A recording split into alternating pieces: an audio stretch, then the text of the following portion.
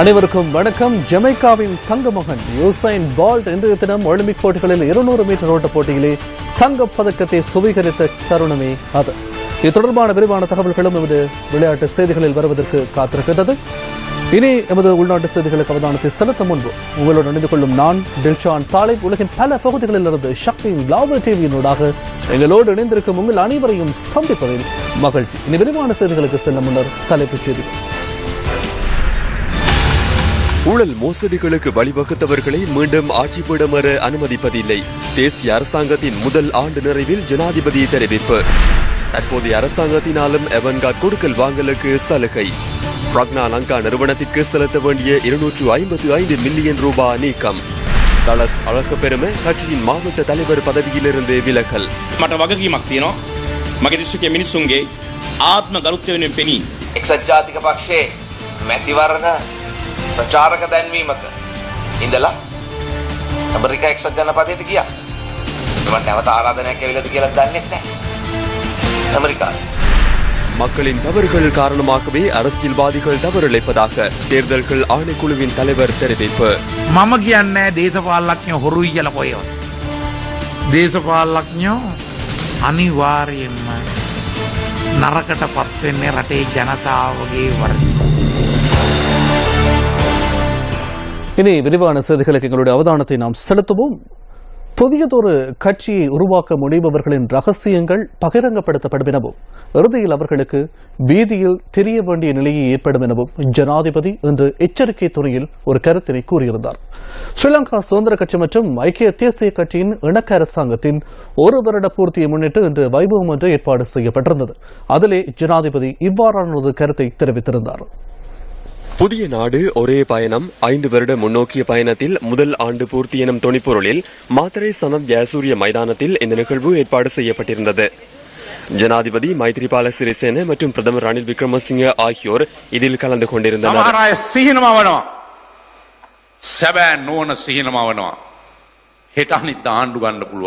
பலர் கனவு காண்கின்றார்கள், நிறைவேறாத கனவு காண்கிறார்கள். நாளை அல்லது நாளை மறுதினம் ஆட்சி அமைக்க முடியும் என்று கனவு காண்கின்றார்கள். அது முடியாத விடயம். அடுத்த 5 வருடங்கள் ஒன்றிணைந்து இந்த ஆட்சியை முன்னெடுப்போம். அதன் பின்னர் 2020 நாம் அரசாங்கம் தொடர்பில் தீர்மானிப்போம். நாட்டை அழிவு பாதைக்கு கொண்டு சென்றவர்கள், ஜனநாயகத்தை இல்லாமல் செய்தவர்கள், ஒருபோதும் இடம்பெறாத வகையில் கொள்ளை ஊழல் மோசடிகளுக்கு கிரீடம் சுமத்தியவர்களுக்கு மீண்டும் சந்தர்ப்பம் வழங்குவதா? அவர்களுக்கு இந்த நாட்டில் மீண்டும் ஆட்சி அமைக்க இடமளிப்பதில்லை என்பதனை தெளிவாக கூற விரும்புகின்றேன். எம்மை கவிழ்த்து புதிய கட்சி ஒன்றை உருவாக்குவதாக கூறுகின்றனர். அமைத்து பாருங்கள். கடந்த வருடம் ஜனவரி மாதம் 8ஆம் தேதி ஜனாதிபதி தேர்தலின் போது அவர்கள் செய்த ஊழல் மோசடிகள், ஜனநாயக விரோத செயற்பாடுகள் பற்றி நாங்கள் வெளிப்படுத்தினோம். அதேபோன்று அவர்கள் புதிய கட்சி ஒன்றை அமைத்த நாளில் அதனைவிட இதுவரை கூறாத விடயங்களை, இதுவரை காலமும் இரகசியமாக பேணி வந்த விடயங்களை வெளிப்படுத்துவோம். அவர்களுக்கு ஆட்சி அமைப்பதல்ல, நடுத்தருவில் அலைந்து திரிவதற்கான பின்புலத்தை இந்த நாட்டில் உருவாக்குவோம் என்பதனை கூற விரும்புகின்றேன். இந்த நாட்டு மக்களுக்கு சிறந்த எதிர்காலம் உள்ளது. அந்த எதிர்காலத்தை ஒளிமயமாக்க அரசாங்கம் என்ற வகையில் எம்மால் எடுக்க முடியுமான அனைத்து நடவடிக்கைகளையும் எடுப்போம்.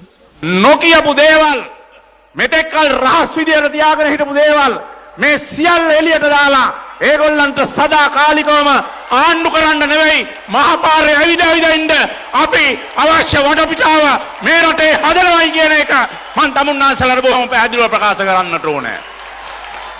තමුන්නාන්සලාට මේ රටේ ජනතාවට හොඳ අනාගතයක් තියෙනවා. ඒ අනාගතය සරුසාර කරන්න අපි ආණ්ඩුවක් විදියට කළ හැකි සියලු වගකීම් සහ යුතුකම් ඉෂ්ට කරනවා.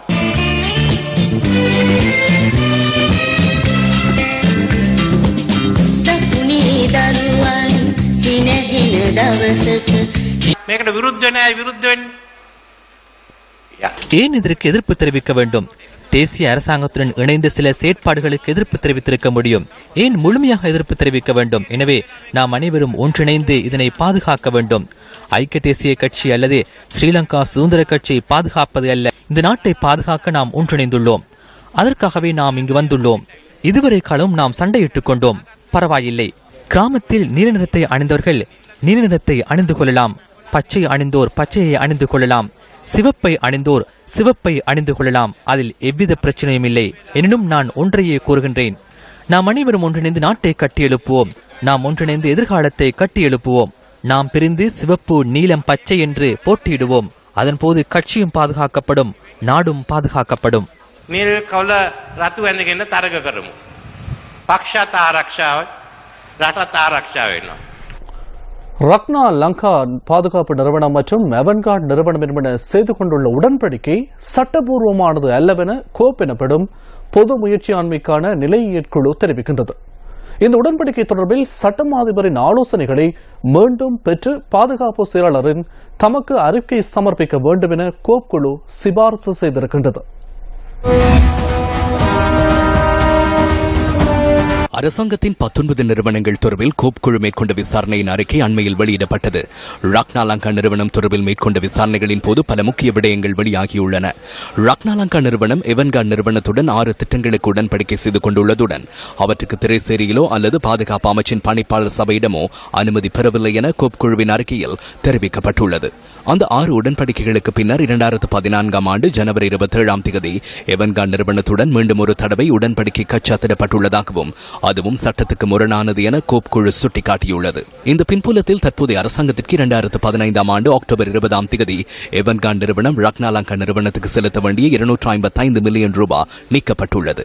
2015 ஆண்டு எவன்கார்ட் நிறுவனத்தினால் ரக்னா லங்கா நிறுவனத்துக்கு செலுத்த வேண்டிய தொகை 843 மில்லியன் ரூபாவாக காணப்பட்டது. அத்துடன் ரக்னா லங்கா நிறுவனத்துக்கும் எவன்கார்ட் நிறுவனத்துக்கும் இடையில் அனுகூலமற்ற நிபந்தனையின் அடிப்படையில் லாபம் பகிரப்பட்டுள்ளதாகவும் கோப் குழுவின் அறிக்கையில் குறிப்பிடப்பட்டுள்ளது.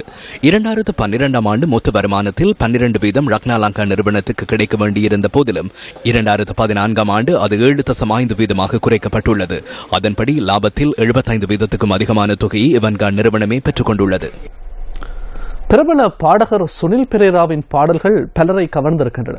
அவருடைய பாடல்கள் மனதுக்கு மகிழ்ச்சியூட்டுவனாக இருந்தாலும் அவருடைய சில கருத்துக்கள் இன்று எங்களை சிந்திக்க வைக்கக்கூடியதாக அமைந்திருக்கிறது. அண்மையில் இடம்பெற்ற தொலைக்காட்சி நிகழ்ச்சி ஒன்றில் கலந்து கொண்டு சுனில் பெரேரா இவ்வாறானதொரு கருத்தை தெரிவித்திருந்தார். சுனில் ஹந்துன்னெத்தி மஹත්තයා කිව්වනේ මේ මෙච්චර කරක් දැන් ගොනු කරලා දීලා තියෙනවා. නමුත් මේ பல்வேறு ஆவணங்களை முன்வைத்துள்ளதாக அவற்றை வழங்கியுள்ளதாகவும் சுனில் ஹந்துனத்தை கூறுகின்றார். எனினும் சட்டமா அதிபர் திணைக்களம் வழக்கை தாக்கல் செய்வதில்லை. இதுவரை 3 வழக்குகளை எடுத்துள்ளதாக நினைக்கின்றேன். சுனில் ஹந்துனத்தி அனுரகுமார போன்றோர் தம்மால் முடியுமான அனைத்து முயற்சிகளையும் மேற்கொள்கின்றனர். அவர்கள் கோவைகளை வழங்கிய பின்னர் வழக்கு உரிய முறையில் முன்னெடுக்கப்படவில்லை என்றால் என்ன நடக்கின்றது? நீதியமைச்சில் உள்ள ஒருவர் இதனை இழுத்தடிக்கின்றார். நீதியமைச்சில் ஒருவர் செயற்படும் விதத்தை பாருங்கள். அதனை நானும் அறிவேன், நீங்களும் அறிவீர்கள். பாரிய வர்த்தகமான அவன்கார்ட் நிறுவனத்தின் உறுப்பினருடன் அமெரிக்காவில் எடுத்த புகைப்படத்தை பார்த்திருப்பீர்கள். எனவே அவர் ராஜினாமா செய்ய வேண்டும். நீதியமைச்சில் உள்ள ஒருவர் தொடர்பில் தேர்தலுக்கு முன்னர் எனக்கு மிகுந்த மரியாதை உள்ளது. ஆனால் தற்போது அருவருப்பாக உள்ளது. அவர் இன்னும் ராஜினாமா செய்யவில்லை. அவர் ராஜினாமா செய்ய வேண்டும். வெளிநாடுகளில் இடம்பெறும் விடயங்களை பாருங்கள். இங்கிலாந்தில் தமது நிலைப்பாடு தோல்வியடைந்தமையால் டேவிட் கேமரான் ராஜினாமா செய்தார். அவ்வாறு சிந்திப்போர் நமது நாட்டில் உள்ளார்களா? இந்த நாட்டில் உள்ளவர்கள் ජානදියනෙවුම් මෙහෙ ඉන්නවද? මෙහෙ ඉන්නේ තනිකර ගස් ගෙම්බෝ. තනිකර ගස් ගෙම්බෝ. මේ ඉන්න මේ උන්ට ගැන අපිට අපිරියයි. මේ රජෙත් ඉන්නවා. මේ රජෙත් ඉන්නවා. இவ்வாறான கருத்துக்கள் முன்வைக்கப்பட்டு வரும் நிலையில் நாட்டின் பிரதான பிரச்சனையாக அடையாளம் காணப்பட்டிருக்கின்ற தேசிய இனப்பிரச்சனையை தீர்க்குமாறு வலியுறுத்தும் வகையில் தேசிய சகோதரத்துவ கூட்டமைப்பு கொழும்பில் இன்று ஊடக சந்திப்பு ஒன்றை ஏற்பாடு செய்தது. காணாமற் போனர் தொடர்பான ஏமாற்று நடவடிக்கை என்ற சந்தேகம் நமக்கு ஏற்பட்டுள்ளது. இந்த சட்டமூலம் பாராளுமன்றத்தில் கொண்டுவரப்பட்ட போது ஒன்றிணைந்த எதிர்க்கட்சி என கூறிக்கொள்வோர் எதிர்ப்பு தெரிவித்தவுடன் சில விடயங்கள் நீக்கப்படுகின்றன. 19வது திருத்தச் சட்டத்திலும் இவ்வாறே அரசாங்கம் செயற்பட்டது. குறிப்பாக வடக்கு கிழக்கில் யுத்தத்தினால் காணாமலாக்கப்பட்ட கொல்லப்பட்ட அந்த மக்களுக்கு நீதி நிலைநாட்டப்பட வேண்டும். நீதியை நிலைநாட்டுவதற்கு இதனை ஸ்தாபிப்பதாகி நீதி நிலைநாட்டப்படும் விதத்தை தெளிவுபடுத்த வேண்டும். மேக்ஸ்வெல் பரணகம ஆணைக்குழுவிற்கும் இதற்கும் இடையிலான வித்தியாசம் என்னவென்று அரசாங்கம் கூறவில்லை. இதனுடைய காபன் பிரதி போன்று இது தென்படுகின்றது. இது பாரிய பிரச்சனையாகும். காணாமற் போனால் அலுவலகத்திற்கு நீதிமன்ற அதிகாரம் இல்லை, எந்த ஒரு அதிகாரமும் இல்லை. இது தொடர்பில் ஆராய்வது மாத்திரமே இவர்களுடைய பணி என கூறப்பட்டுள்ளது. ஆராய்ந்து இவர்கள் காணாமற் போயுள்ளார்கள் என அறிக்கை வழங்குவதை மாத்திரமா இந்த அலுவலகம் முன்னெடுக்க உள்ளது? ஐக்கிய நாடுகள் சபை மற்றும் சர்வதேசத்தை ஏமாற்றுவதற்காகவே மங்கள சமரவீர இதனை பாராளுமன்றத்தில் முன்வைத்தார். மரண சான்றிதழ் போன்ற சான்றிதழை வழங்குவதற்கே தயாராகின்றனர். காணாமற் போனர் தொடர்பான அலுவலகத்தினால் படையினருக்கோ அல்லது வேறொருவருக்குமோ எதுவும் ஏற்பட போவதில்லை எனவும் தேசிய சகோதரத்துவ கூட்டமைப்பின் ஏற்பாட்டாளர் இதன்போது சுட்டிக்காட்டினார். படையினரை தண்டிப்பதற்காகவே இந்த அலுவலகத்தை ஸ்தாபிப்பதாக இதற்கு எதிராக பேசும் தரப்பினர் கூறுகின்றனர். படையினர் அல்ல, எவருக்கும் இதனால் எதுவும் ஏற்பட போவதில்லை. லசனவின் கொலை தொடர்பில் சந்தேகத்தின் பேரில் கைது செய்யப்பட்டுள்ளவர் ராணுவத்தின் புலனாய்வு பிரிவின் மேஜர் ஒருவரே. இவர்களா படையினர்? பிரகீத் எக்னலிகோட காணாமற் போனவை தொடர்பில் கைது செய்யப்பட்டுள்ளவர்கள் ஒன்றிணைந்த எதிர்க்கட்சியினரின் கூற்றிற்கமைய அவர்கள் படையினர் LTTE அமைப்பின் மோட்டார் என்ஜின் விற்பனை செய்து ராணுவ நீதிமன்றில் வழக்குள்ளவர் அதில் உள்ளார். இவர்கள் அப்படையினர். ரவிராஜ் கொலை தொடர்பில் சந்தேக நபரின் ஒப்புதல் வாக்குமூலத்தில் என்ன உள்ளது? கங்காராமா விஹாரைக்கரையில் கடற்படையினர் அலுவலகம் ஒன்றை நடத்தி சென்றுள்ளனர். அந்த அலுவலகத்திலிருந்தே ரவிராஜ் கொலைக்கான முன்னெடுப்புகள் இடம்பெற்றுள்ளன. யுத்தத்தின் போது கொலைகள் இடம்பெற்றன. அவை தொடர்பில் விசாரணைகள் முன்னெடுக்கப்படுவது அவசியமாகும். ஒருபுறம் சட்டம் மூலம் கொண்டுவரப்படுகையில் சிலவற்றை நீக்குமாறு சிலர் கூறியதும் அவற்றை நீக்குகின்றனர். கடந்த ஆட்சியில் பலரை அண்மை காலமாக எமக்கு லஞ்ச ஊழல் விசாரணை ஆணைக்குழு முன்னிலையில் காண கிடைக்கின்றது. இந்த நிலையில் தேசிய சுதந்திர முன்னணியின் ஊடக பேச்சாளர் முகமது முசாமில் இன்று முற்பகல் லஞ்ச ஊழல் விசாரணை ஆணைக்குழு முன்னிலையில் ஆஜரானார். அரச பொறியியற் கூட்டுத்தாபனத்தின் செயற்பாட்டு பணிப்பாளராக இருந்தபோது மேற்கொண்ட ஆட்சேர்ப்பு தொடர்பான விசாரணைக்காக அவர் ஆணைக்குழுவில் ஆஜரானார். கடந்த ஆட்சியின் போது இடம்பெற்றதாக கூறப்படும் ஊழல் மற்றும் மோசடி தொடர்பில் பல்வேறு தரப்பினரிடம் விசாரணை செய்யப்பட்டதுடன் சிலருக்கு தண்டனையும் வழங்கப்பட்டது. தண்டனை அனுபவித்து வெளியேறும் போது பலரும் புன்முறுவலுடனேயே வெளியேறினர். அவ்வாறான சில சந்தர்ப்பங்கள் தொடர்பான காட்சிகளே இவை.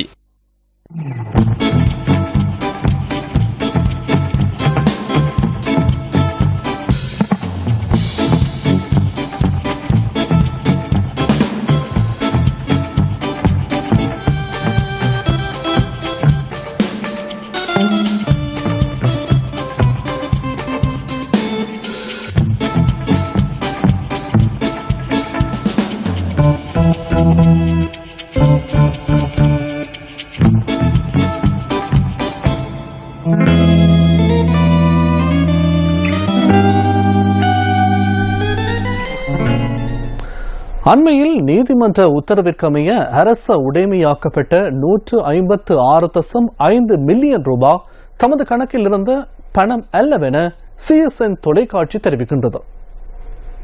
அந்த பணம் நிறுவனத்தின் பணிப்பாளர் ஒருவர் அல்லது பங்காளர் ஒருவர் கணக்கில் இருந்த பணம் அல்லவென CSN தொலைக்காட்சியின் பணிப்பாளர் ரொஹான் வெளிவிட்டு விடுத்துள்ள அறிக்கையில் தெரிவிக்கப்பட்டுள்ளது. நிதி குற்றப்பிரிவினால் தமக்கு கிடைத்த தகவல்களின்படி இந்த பணம் வெறு நிறுவனம் ஒன்றுக்கு சொந்தமான கணக்கில் காணப்பட்டதாக அந்த அறிக்கையில் குறிப்பிடப்பட்டுள்ளது. இந்த நிதியை அரசுடைமையாக்கிய நடவடிக்கையுடன் தமது தொலைக்காட்சி நிறுவனத்துக்கு எந்த ஒரு தொடர்பும் இல்லை என ரொஹான் வெளிவிட்டு விடுத்துள்ள அறிக்கையில் தெரிவிக்கப்பட்டுள்ளது. அரசியல்வாதிகள் எப்பேற்பட்டவர்கள்? நம்மிடையே பல கருத்துக்கள் இருக்கலாம். சிலர் நல்லவர் என்று கூறலாம், சிலர் கெட்டவர்கள் என்று கூறலாம்.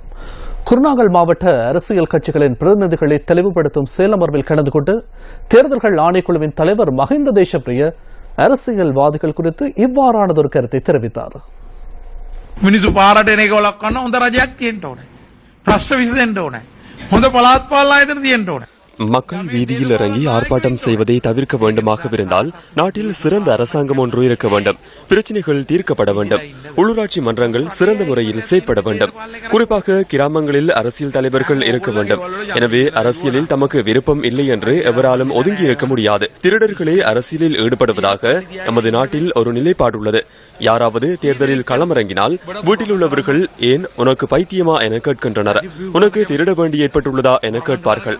மதுபானம் விற்க வேண்டுமாக இருந்தால், திருட வேண்டுமாக இருந்தால், ஒப்பந்தங்கள் மூலம் பணம் திரட்ட வேண்டுமாக இருந்தால் அரசியலுக்கு செல்லுமாறு கூறுகின்றனர். வீடுகளிலும் இதனையே கேட்கின்றனர். அரசியல்வாதிகள் திருடர்கள் என நான் ஒருபோதும் கூறுவதில்லை. நாட்டு மக்கள் தவறாக வழிநடத்துவதன் காரணமாகவே அரசியல்வாதிகள் தவறாக செயற்படுகின்றனர். அரசியல் என்பது ஒரு தொழில் அல்லவென்பது தேர்தல்கள் ஆணைக்குழுவின் நிலைப்பாடாகும்.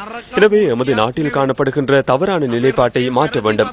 அதனை எம்மால் மாத்திரம் செய்ய முடியாது. அரசியல்வாதிகளும் இதற்காக முயற்சிக்க வேண்டும்.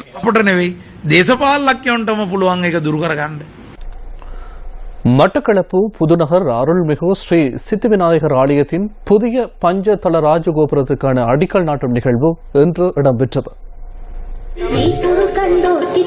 இந்து மத கலாச்சார புனர்வாழ்வு மற்றும் சிறைச்சாலைகள் மறுசீரமைப்பு அமைச்சர் DM சுவாமிநாதன் இந்த நிகழ்வின் பிரதம அதிதியாக கலந்து கொண்டார்.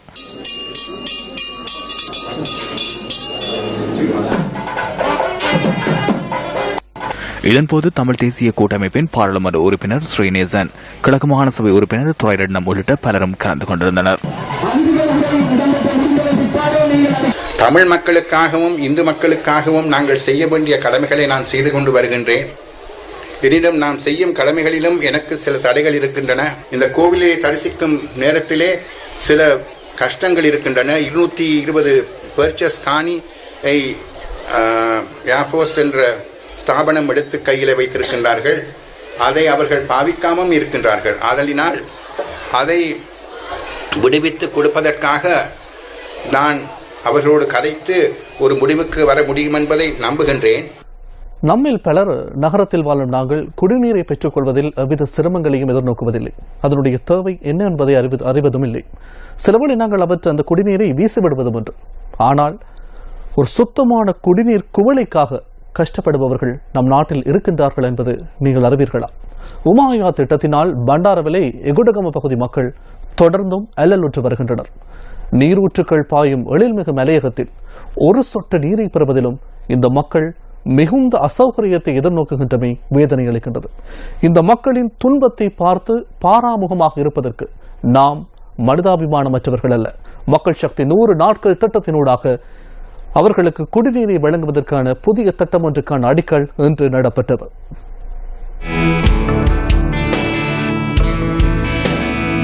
இயற்கை நீரூற்றுகளும் வீடுகளில் உள்ள கிணறுகளும் உமா ஓயா திட்டத்தினால் பாதிக்கப்பட்ட நிலையில் எகுடகம நீரூற்று மாத்திரமே இவர்களுக்கு எஞ்சியுள்ளது. 5 கிராம சேவகர் பிரிவுகளை சேர்ந்த மக்கள் நீரை பெற்றுக் கொள்வதற்காக இங்கு வருகை தருவதுடன் நீர் பெறப்படும் இந்த இடமும் தற்போது சேதமடையும் நிலையில் உள்ளது.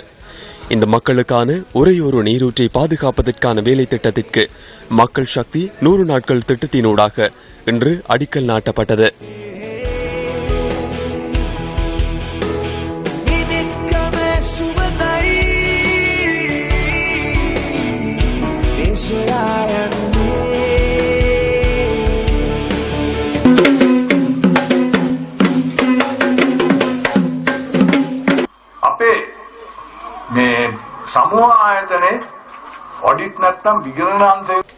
எமது குழுமத்தின் ஆடிட் பிரிவு அல்லது கணக்காய்வு பிரிவினால் இவை விசாரணை செய்யப்படுகின்றன. வேலை திட்டம் ஒன்று பணம் கொடுத்தால் ஒரு தொகை வெளியில் செல்லும் என சாதாரணமாக கூறப்படுகின்றது. சிலவழி 100-25-50 அளவில் வெளியே செல்லும். எனினும் எமது திட்டங்கள் கணக்காய்வின்படி உரிய முறையில் முன்னெடுக்கப்படுகின்றன. முடிந்தவரை செலவை குறைப்பதற்கும் அதேவேளை வீண் விரயத்தை தவிர்க்கவும் எதிர்பார்க்கின்றோம். ஆகவே எஞ்சும் பணத்தில் மற்றொரு வேலை திட்டத்தை முன்னெடுக்க முடியும். இந்த நீரூற்று வற்றி போவதை தவிர்ப்பதில் இந்த மக்கள் பல்வேறு சவால்களை எதிர்நோக்கியுள்ளனர். இன்று நாட்டில் உள்ள சில அரசியல்வாதிகள் திருடர்கள். இந்த துன்ப வாழ்க்கை ஏன் அவர்களுக்கு தென்படவில்லை? திருடர்கள் என கைது செய்யப்படுகின்றனர். திருடப்பட்ட பணம் எங்கே? அந்த பணத்திலேனும் எமது கிராமத்திற்கு நீரை வழங்குங்கள். எமக்கு எந்த ஒரு உதவியும் கிடைக்கவில்லை. 2 வருடங்களாக அறிவிக்க வேண்டிய அனைத்து இடங்களுக்கும் அறிவித்தும் எதுவும் செய்ய முடியாதிருந்தது.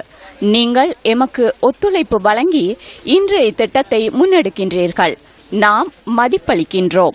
நியூஸ் ஃபர்ஸ்ட் மக்கள் சக்தி 100 நாட்கள் திட்டத்தின் கீழ் புலனர்வை அத்தனகடவல மகிசன் வித்தியாலயத்தில் சேதமடைந்துள்ள கட்டடத்தை புனரமைப்பதற்கான திட்டம் இன்று ஆரம்பித்து வைக்கப்பட்டது. பெரும் அச்சத்திற்கு மத்தியில் கல்வி கற்று வந்த இந்த மாணவர்களின் பிரச்சினைக்கு தீர்வு வழங்கும் நோக்கில் இன்று இந்த நடவடிக்கை முன்னெடுக்கப்பட்டது. கம்பஹா பிரதேச விகாராதிபதி சங்கத்தின் ஒத்துழைப்புடன் இந்த திட்டம் முன்னெடுக்கப்படுகின்றது.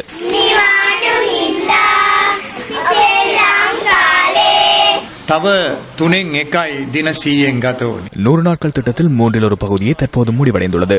உங்களுக்கு இதுபோன்று பல்வேறு திட்டங்களை முன்னெடுக்க முடியும். ஊடக நிறுவனம் என்ற வகையில் நீங்கள் ஆற்றும் இந்த பணியை சமய தலைவர்கள் என்ற வகையில் நாம் பாராட்டுகின்றோம். இந்த கட்டடத்தில் கல்வி பயிலும் மாணவர்கள் 5ஆம் தர புலமை பரிசில் பரீட்சையில் சித்தியடைந்து பிரபல பாடசாலைக்கு செல்லலாம். அதற்கு வழிவகுப்பதே எமது கனவாகும். இன்று புனரமைப்பு பணிகள் ஆரம்பிக்கப்பட்ட இந்த கட்டடம் 40 வருடங்களுக்கு முன்னர் இந்த பகுதி பெற்றோர்களால் கட்டப்பட்டதாகும். முன்னாள் போராளிகளை மருத்துவ பரிசோதனைக்குட்படுத்துவது தொடர்பில் பல்வேறு தரப்பினரும் பரஸ்பர கருத்துக்களை தெரிவித்து வருகின்றனர்.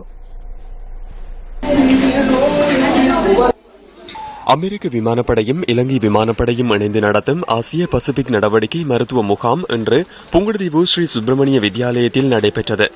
நாளைய தினமும் இந்த மருத்துவ முகாம் புங்குடுதீவு ஸ்ரீ சுப்பிரமணிய வித்யாலயத்தில் நடைபெறவுள்ளது.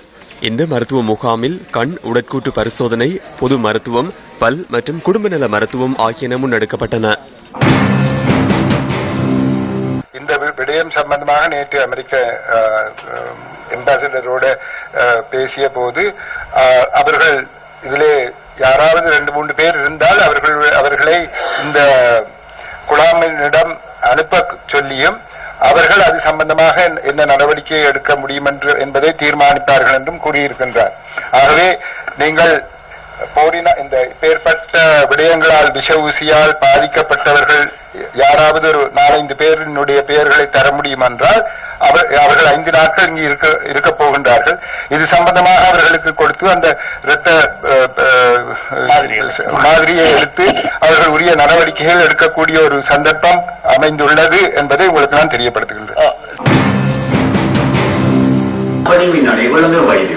யாழ்ப்பாணத்திலேயே அவர்களின் வைத்தியர்கள் உள்ளனர். அமெரிக்காவிலிருந்து அழைத்து வர வேண்டுமா? யாழ்ப்பாணத்தில் உள்ள வைத்தியர்களில் 80% தமிழர்களே. இது தொடர்பில் ஆராய்ந்து அறிக்கையுடன் எனக்கு அறிவிக்குமாறு நான் அமைச்சருக்கு கூறியுள்ளேன். அமைச்சர் சத்தியலிங்கம் ஒரு வைத்தியர். மருத்துவம் தொடர்பில் விக்னேஸ்வரனை விட அவர் நன்கு அறிவார்.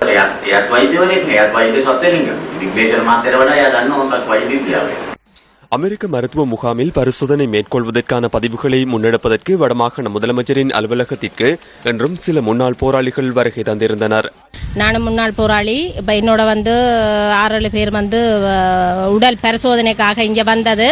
அமெரிக்காவிலிருந்து டாக்டர்ஸ் மேர் வந்திருக்கணும். இன்றைக்கு இறுதி நாள் என்று நினைச்சு தான் நாங்கள் உண்மையா எல்லாரும் வந்து நாங்கள் என்னண்டா கூலி வேலையிலையும் விட்டு எங்களோட உடலை நாங்கள் பரிசோதனை செய்யணும். எங்களுக்கு ஏதாவது பிரச்சனையில இருக்குதாண்டா ஆராயணும் அறியணும்.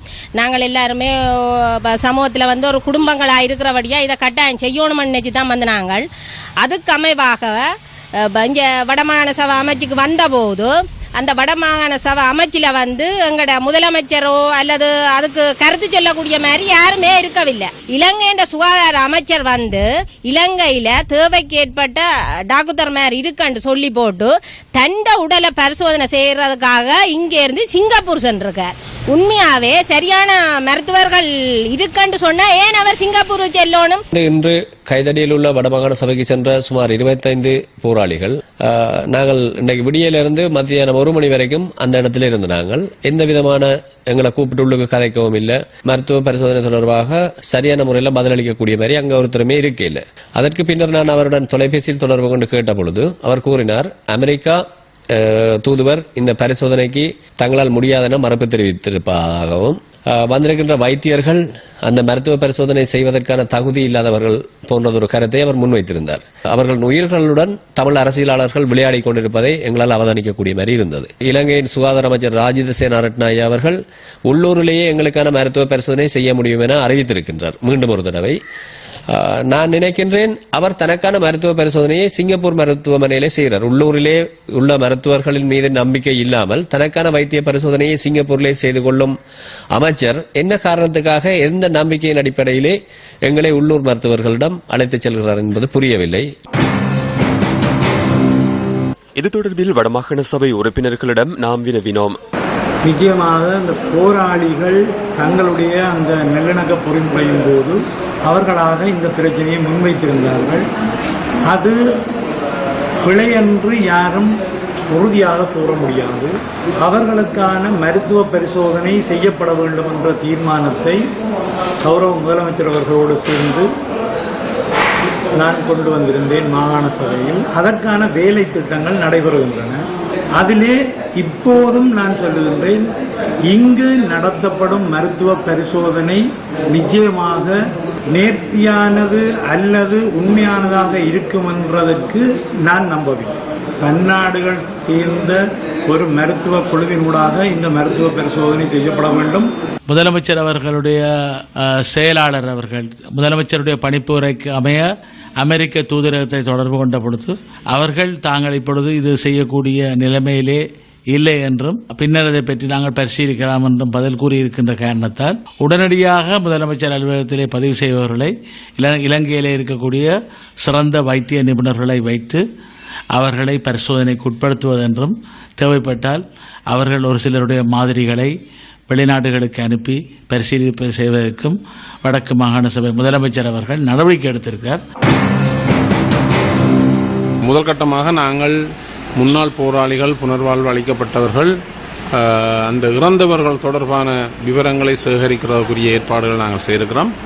அவர்களுடைய சுகாதார நிலைமை அல்லது ஆரோக்கிய நிலைமை தொடர்பாக வெகு விரைவிலே நாங்கள் அந்த பரிசோதனைகளை செய்து அவர்களுக்கு இருக்கின்ற பிரச்சனைகளை தீர்ப்பதற்கு உரிய ஏற்பாடுகளை வடக்கு மாகாண சுகாதார அமைச்சு மேற்கொள்ளும்.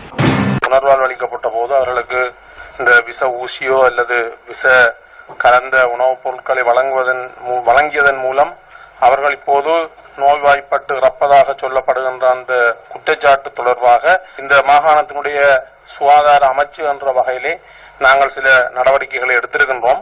பல விஷயங்கள் எங்கட மாகாணத்திலே செய்ய முடியாது. ஆனபடியினால் தான் நான் நினைக்கின்ற இந்த பன்னாட்டு விசாரணை அல்லது வெளியில் இருந்து உதவி தேவை என்பது எங்களுக்கு நிச்சயமாக தேவைப்படும் என்று நான் நம்புகிறேன். முன்னாள் போராளிகளின் மரணம் தொடர்பில் வடமாகாண முதல்வர் சி வி விக்னேஸ்வரனுக்கு தேசிய சகவாழ்வு கலந்துரையாடல் மற்றும் அரசு கர்ம மொழிகள் அமைச்சரும் தமிழ் முற்போக்கு கூட்டணியின் தலைவருமான மனோ கணேசன் மின்னஞ்சல் அனுப்பியுள்ளார். இவ்வாறு சுமார் 105 பேர் மரணமடைந்துள்ளதாக ஒரு தகவல் கூறப்பட்டதாகவும் இது தொடர்பில் நல்லிணக்கு ஆணைக்குழுவிலும் முன்னாள் போராளியால் சாட்சியம் அளிக்கப்பட்டுள்ளதாகவும் அந்த அறிக்கையில் சுட்டிக்காட்டப்பட்டுள்ளது. இந்த நிலையில் மாகாண சபையின் அமைச்சர் டெனீஸ்வரன் இந்த விடயம் தொடர்பில் மாறுபட்ட கருத்தை தெரிவித்து வருவதை கவனத்திற்கு கொண்டு வருவதாகவும் மனோ கணேசன் விடுத்துள்ள அறிக்கையில் குறிப்பிடப்பட்டுள்ளது. எனவே இது தொடர்பில் தேசிய சகவாழ்வு அமைச்சர் என்ற முறையில் ஆராய்ந்து நடவடிக்கை எடுக்க தான் முடிவு செய்துள்ளதாகவும் இது தொடர்பில் மேலும் தகவல்களை மாகாண சபையின் சுகாதார அமைச்சின் மூலமாக பெற்றுத்தர வேண்டும் எனவும் அந்த அறிக்கையின் ஊடாக கோரிக்கை விடுக்கப்பட்டுள்ளது. இனி விளையாட்டுச் செய்தி. குறுந்தூர் ஓட்டத்தில் ஆதிக்கத்தை நிலைநிறுத்திய உலகின் அதிவேக மனிதனான ஜமைக்காவின் யூசைன் பால்ட் தனது 8வது ஒலிம்பிக் பதக்கத்தை இன்று சுவீகரித்தார். ஆடவருக்கான 200 மீட்டர் ஓட்டத்தை அவர் 19.78 செகண்ட்களில் கடந்தார். இத்துடன் நியூஸ் ஃபர்ஸ்ட் நிறைவேற்ற வேண்டிய பிரதான செய்தி அறிக்கை நிறைவு பெறுகின்றது. அனைவருக்கும் வணக்கம்.